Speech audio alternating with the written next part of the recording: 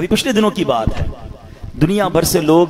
جرمنی میں جمع ہوتے ہیں، ایک بزنس جو ہے وہ ایگزیبیشن لگتا ہے، ایم ٹیکس ہیں، بڑے بڑے بزنس مین جاتے ہیں وہاں پر۔ اس بار اتفاقاً مجھے بھی جانے کا موقع ملا۔ ہماری نیت بزنس کی نہیں تھی، ہم الحمدللہ یہ نیت لے کر گئے تھے کہ جب دنیا بھر کے بزنس کمیونٹی کے لوگ جمع ہو رہے ہیں تو کیوں نہ ہم، ویسے ہی جرمنی میں دعوت اسلامی کا بڑا کام ہے، تو ہم نے سوچا کہ ہم اپنا دعوت اسلامی کا کام بھی دیکھ لیں گے اور اس ایگزیبیشن میں جا کر بھی اسلام کی دعوت، نیکی کی دعوت اور لوگوں کو اللہ رسول کی بات پہنچائیں گے۔ میرے بہت اچھے وہ دوست بھی تھے، بہت، اگر وہ آج حیات ہوتے تو آج ہمارے اجتماع میں ہوتے، وہ اس مسجد میں بھی اجتماع میں آتے تھے، اتنا ہماری، یعنی سمجھ لیں ہماری اس فیملی کا حصہ تھے وہ، ٹھیک ہے نا۔ کیا ہوا اب دیکھیں، مطلب کہاں موت آ سکتی ہے، کیسے موت آ سکتی ہے، اب ذرا سمجھیے گا۔ اچھا میں اور آپ آج تک جب بھی جہاز میں بیٹھے ہیں ہمیں ایک ہی ٹینشن ہوتی ہے، جہاز گر نہ جائے،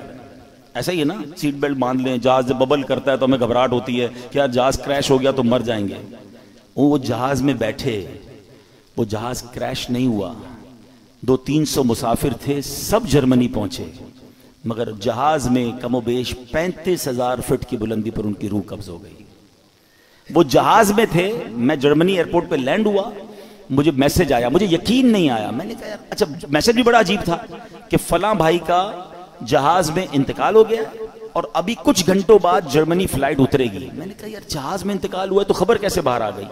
اب تو خیر جہاز میں انٹرنیٹ آ گیا ہے۔ اب میں نے ان کے رشتہ داروں کو تلاش کرنا شروع کیا، ان کے کچھ رشتہ دار بھی جرمنی میں تھے، میں نے ان کو فون کیا، میں بھی ایئرپورٹ پہ ہی ہوں، جرمنی فرینکفرٹ ایئرپورٹ پہ ہی تھا،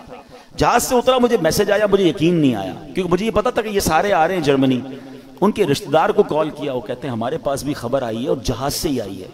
لیکن ہم خود بھی شش و پنج میں ہیں کہ واقعی ایسا ہو گیا۔ تو میں نے کہا جہاز سے کیسے آ گئی؟ کہ ان کے کچھ دوست ساتھ تھے، انٹرنیٹ انہیں ملا، انہوں نے فوراً میسج کیا،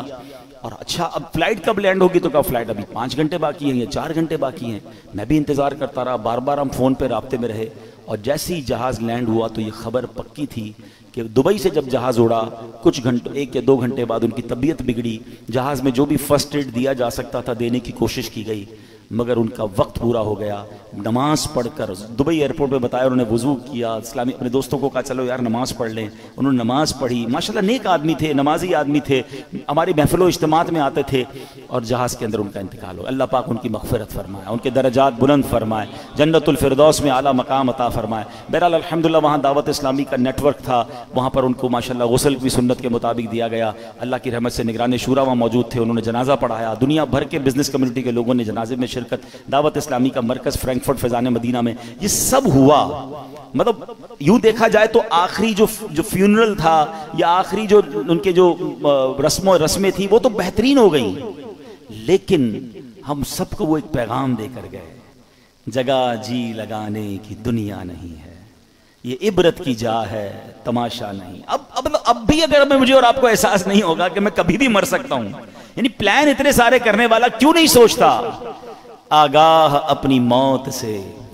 کوئی بشر نہیں، سامان 100